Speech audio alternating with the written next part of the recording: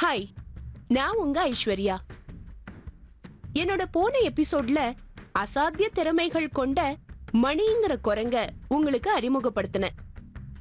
அதை தொடர்ந்து இப்ப நான் கேள்விப்பட்ட ஒரு விசித்திர நம்பிக்கைய பத்தி தெரிஞ்சுக்க கோயம்புத்தூர் மாவட்டம் உக்கடத்தை சுத்தி உள்ள சில கிராமங்களுக்கு போயிட்டு இருக்கேன்.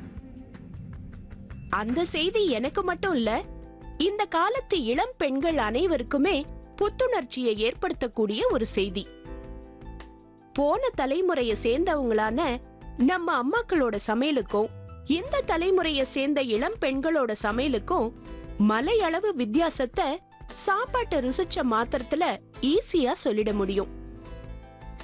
அதுக்கு நாம எல்லாரும் பயன்படுத்துற ஒரு எளிமையான வார்த்தை கைப்பக்குவம். பாட்டிகள் கிட்ட இருந்து அம்மாவுக்கு வந்த கைப்பக்குவம் அடுத்த தலைமுறையான நமக்கு கிடைக்கணும்னு பசங்க பொண்ணுங்க 2 பேருமே ஆசைப்படுவோம். அதுக்காக அம்மாக்கள் கிட்ட இருந்து சமையல் பயிற்சிகளையும் எடுத்துப்போம். ஆனா கோவை மாவட்டத்துல உள்ள சில கிராமங்களை சேர்ந்தவங்க தங்களோட கைப்பக்குவம் சூப்பரா மாறுறதுக்கு நம்பி இருக்கிறது யார தெரியுமா? பாம்புகளை.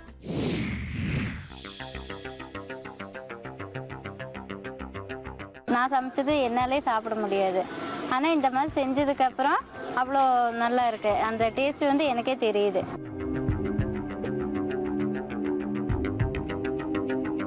எங்கள் வீட்டில் வந்து சாப்பிட்றவங்க எல்லாருமே உங்களோட சமையல் நல்லா இருக்கு அப்படின்னு சொன்னாங்க. என்ன காரணம்னு கேட்டாங்க. நாங்கள் பாம்பு உருகுனதுனால என்னோட கைப்பக்குவம் அவ்வளோ சமையல் சூப்பராக இருக்குதுன்னு சொல்லிட்டு போனாங்க.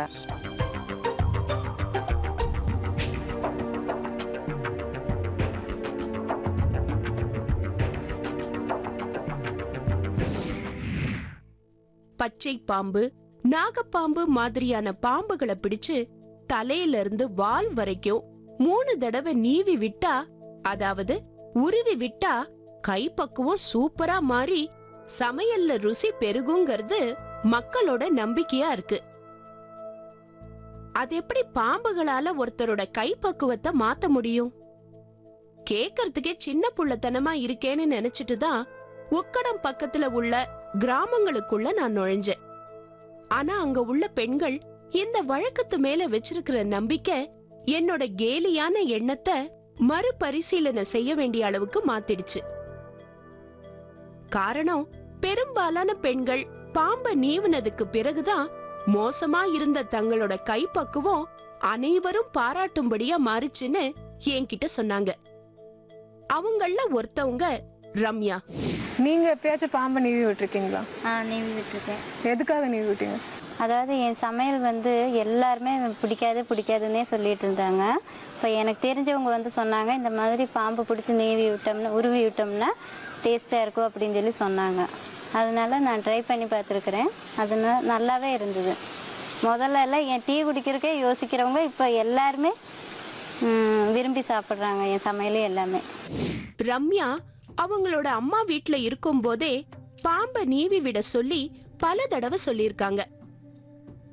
ஆனா பயத்தினாலையும் இந்த வழக்கத்து மேல அதிக நம்பிக்கை இல்லாததாலையும் இவங்க அதை தவிர்த்திருக்காங்க.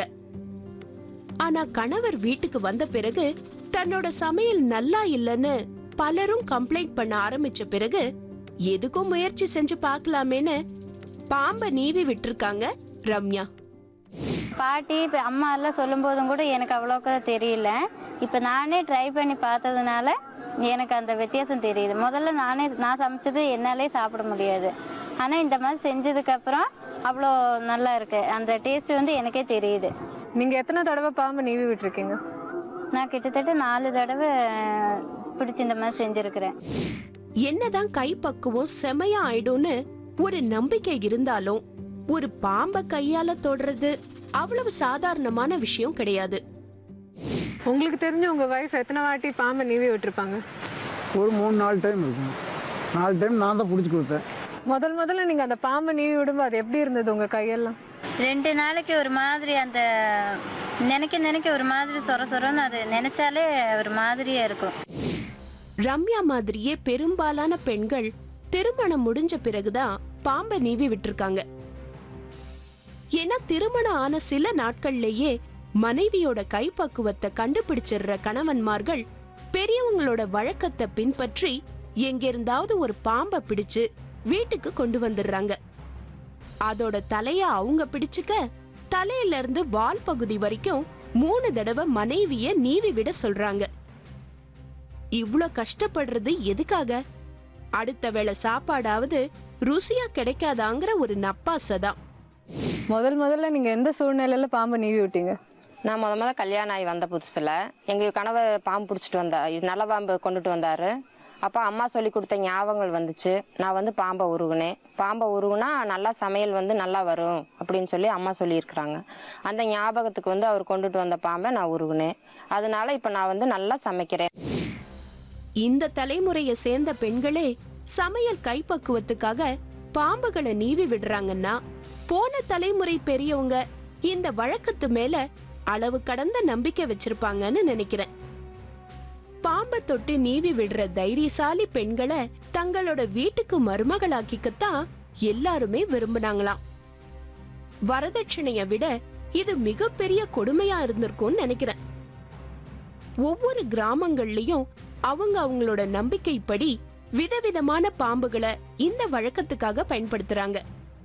ஆனா பெரும்பாலான கிராமங்கள் பயன்படுத்துறது பச்சை பாம்பை தான். அதுக்கு என்ன காரணம்னு கேட்டா ஒரு குட்டி கதைய எனக்கு சொன்னாங்க கிராம மக்கள். இந்த ஊர்ல நல்ல பாம்பை உருவுற மாதிரி பச்சை பாம்பை உருவுறதுக்கு என்ன காரணம்ப்பா? அதாவது ஒரு புருஷன் முன்னாடி டெய்லி சண்டை போட்டு அடிச்சுக்கிறாங்க. அடிச்சுக்கிட்டு சமையல் நல்லா இல்லை, சமையல் நல்லா இல்லை, அன்னாடு குறையெல்லாம் நடந்துக்குது.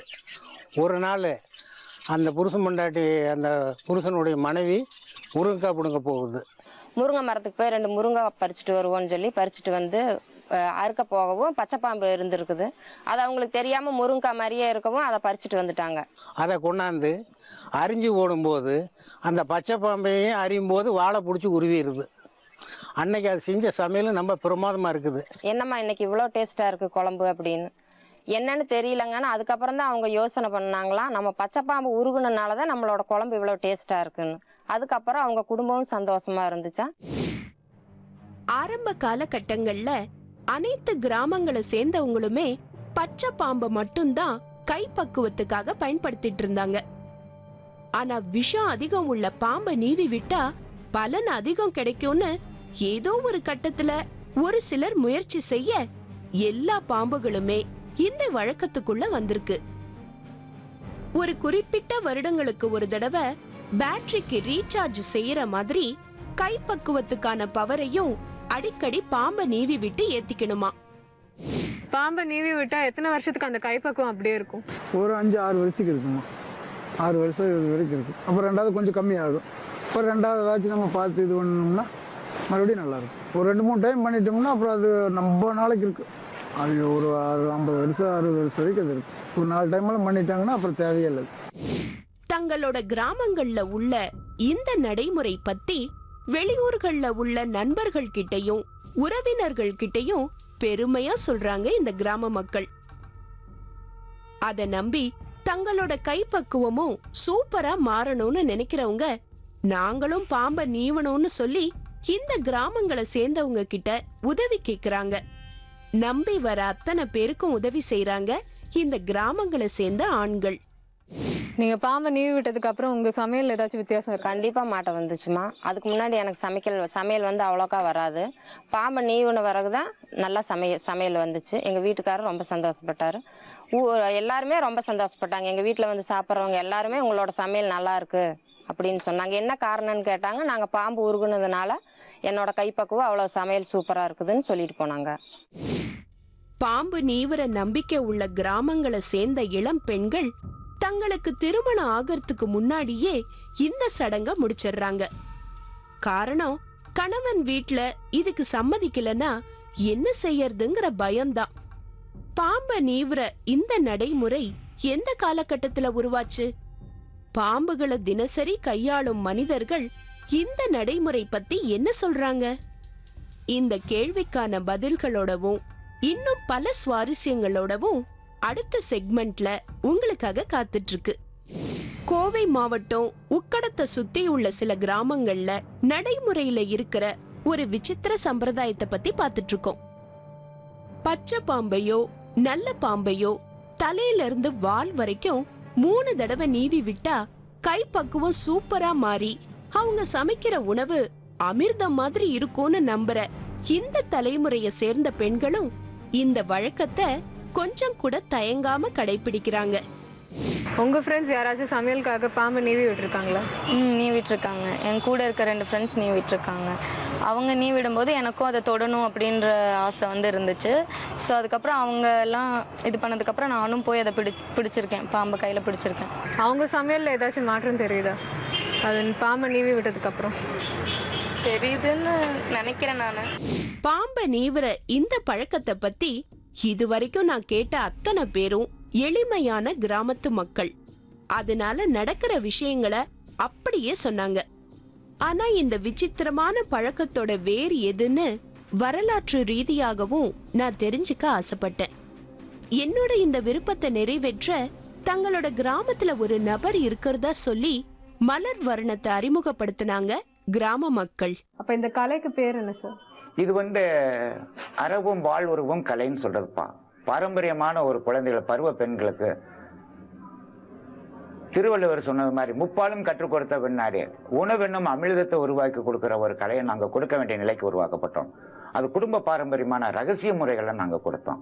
அப்போ ஒரு பெண்ணானவர் ஒரு வாழ்க்கைப்பட்டு ஒரு கலஸ்திர யோகத்தில் ஒரு கணவனின் வீட்டிலே போகும்போது அவள் கைப்படக்கூடிய கைப்பக்குவமானது, அவளுடைய செய் நேர்த்தியானது, அவளுடைய உருவ நிலைகளிலிருந்து மாறுபட்டு விசத்தன்மையை நீக்கிவிட்டு அவிழ்ந்து மென்று உணவாக கொடுக்கக்கூடிய படைக்கக்கூடிய ஒரு கலையை, இந்த வாழ்வுருவம் கலையை நாங்கள் பாரம்பரியமாக மட்டும் எங்கள் குடும்ப குழந்தைகளுக்கு மட்டும் கொடுக்குறோம் சாமி.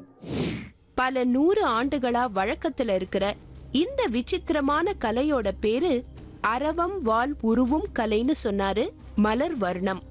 தேவர்களும் அசுரர்களும் பார்க்கடலை கடைஞ்சதா சொல்லப்படுற புராண நிகழ்வுதான் இந்த கலை உருவாக முதல் காரணமா இருந்திருக்கு.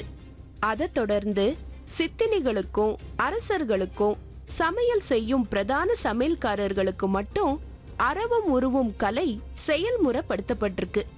காலப்போக்குல சாமானிய குடும்ப பெண்களும் தங்களோட கைப்பக்குவத்துக்காக இந்த முறைய பின்தொடர ஆரம்பிச்சிருக்காங்க.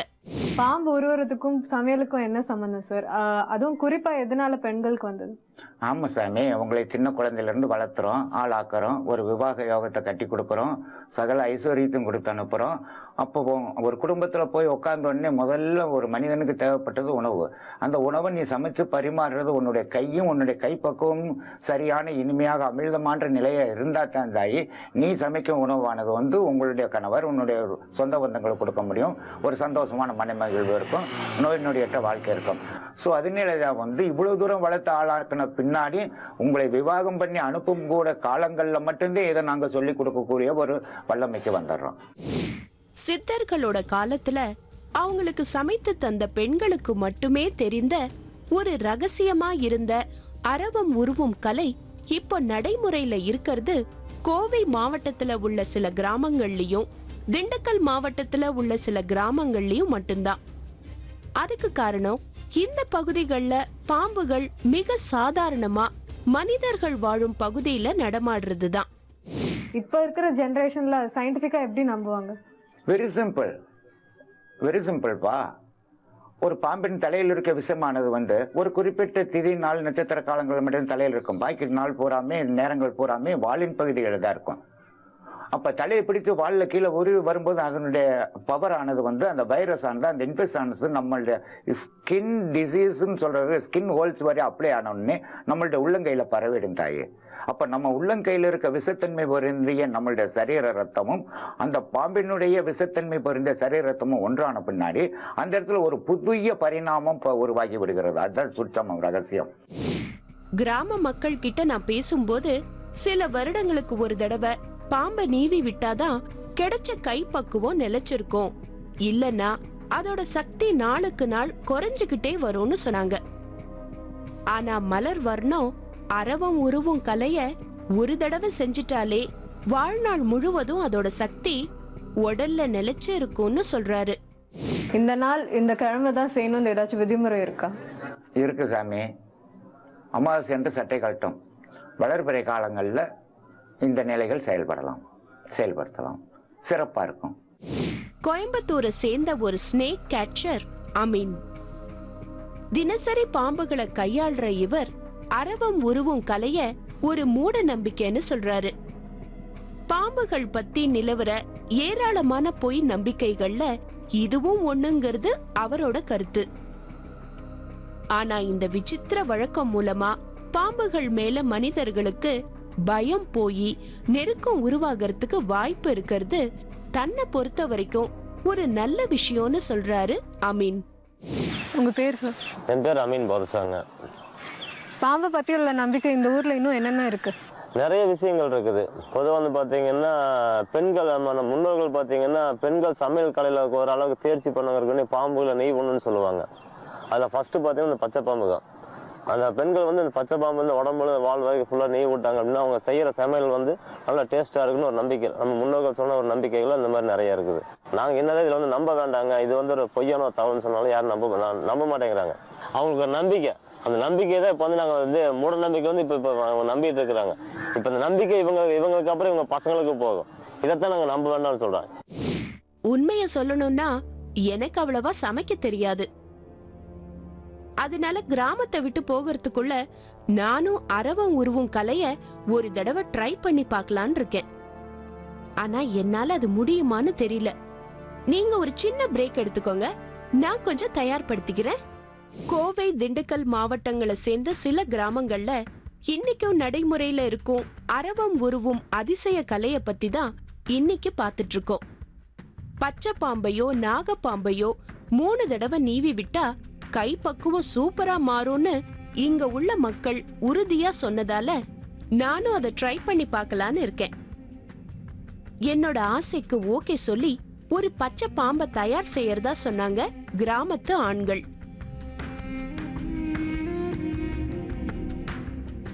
ஆனா எவ்வளவு தேடியும் அவங்களுக்கு பச்சை பாம்பு கிடைக்கல.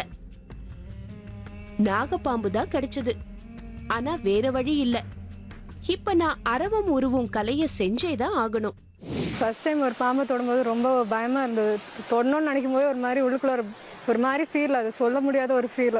அவர் சொன்ன டைரக்ஷன்ல அதை தொட்டப்போ அது இன்னொரு மாதிரி இருந்தது. நமக்கு ஃபீல் பண்ணாதான் அது தெரியும். அந்த ஒரு மாதிரி ஹார்டான ஒரு ஃபீல். அது மேலே வந்துட்டு ஒரு மாதிரி சொரம் கீழே வந்துட்டு ஒரு மாதிரி வழவழந்து இருந்தது. அது தொட்டதுக்கு அப்புறமும் எனக்கு இன்னும் பயம் போல், அது அப்படியே இருக்கு அந்த பயம். வழுன்னு தண்ணீர் நிரப்பின ஒரு பலூனை தொடுற ஃபீலிங் தான் நாகத்தை தொடும்போது எனக்குள்ள இருந்துச்சு. ஆனா ஒரு நிமிஷம் கூட என் மனசுல இருந்த பயத்தை வெளியில காட்டிக்காம எப்படியோ சமாளிச்சிட்டேன்.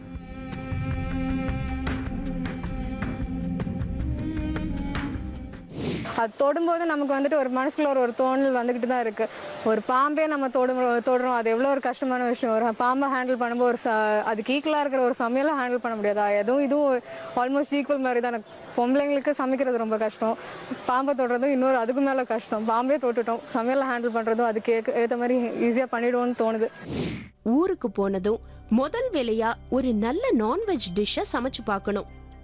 அதை சாப்பிட்டு பார்த்துட்டு யாராவது சூப்பர்னு ஒரு வார்த்தை சொன்னா அதுக்கு பிறகு அரவம் உருவும் கலைக்கு நான் பிராண்ட் அம்பாசிடராவே மாறிடுவேன். அதுக்கு இந்த கிராமங்கள்ல இந்த வழக்கம் அடுத்த தலைமுறைக்கு போகுமான்னு நான் விசாரிச்சு தெரிஞ்சுக்கணும். உங்களுக்கு ஒரு பொண்ணு இருக்காங்கல்ல, அவங்க அந்த சமைக்கிற ஏஜ் வரும்போது நீங்க அவங்கள நீவு விட வைப்பீங்களா? கண்டிப்பா அவளை நான் அந்த இது பழக்கி கொடுத்து அதே மாதிரி அவளோட ஃப்ரெண்டுக்கும் சொல்லி கொடுக்க சொல்லி நான் சொல்லுவேன். ஏன்னா இது வந்து எனக்கு ரொம்பவுமே ஒரு உதவின்னு ஆண்டவன் கொடுத்து வரவுன்னு தான் நான் சொல்லுவேன். இப்ப இருக்கிற சின்ன வயது பிள்ளைகளுக்கும் அவங்க பெரியவங்களானதும் அரவம் உருவும் கலைய கண்டிப்பா சொல்லி தருவோன்னு உறுதியா சொல்றாங்க கிராம மக்கள். பாம்பை நீவி விட்ட கைக்கு கை பக்குவம் நல்லா வருங்கிற நம்பிக்கை கடந்து அவங்க கைய ராசியான கையாவும் மக்கள் பாக்குறாங்களாம். டவுன்ல இருக்கிறவங்க இதை பத்தி என்ன நினைக்கிறாங்க? அதெல்லாம் பொய்ன்னு தான் சொல்லுவாங்க, அதெல்லாம் மூட நம்பிக்கை அப்படின்னு தான் சொல்லுவாங்க. ஆனா வந்து இது உண்மை, இதுதான் உண்மை. இதனால எந்த ஆபத்தும் இல்லையா? இல்ல இதனால எந்த ஆபத்துமே கிடையாது. படிச்சவங்களும் நகரத்துல உள்ளவங்களும் தங்களோட இந்த பழக்கத்தை மூட நம்பிக்கைன்னு தான் சொல்வாங்கன்னு தெளிவா புரிஞ்சு வச்சிருக்காங்க கிராம மக்கள். ஆனா மத்தவங்க என்ன சொன்னாலும் அத பத்தி கவலைப்படாம தங்களோட இந்த நடைமுறைய காலா காலத்துக்கும் தொடருவோன்னு நம்பிக்கையா சொல்றாங்க. எனக்கு இந்த அசைன்மெண்ட் ஒரு மறக்க முடியாத அனுபவமா இருந்துச்சு. மீண்டும் அடுத்த நிகழ்ச்சியில நான் உங்களை சந்திக்கிறேன். அது வரைக்கும் குட் நைட்.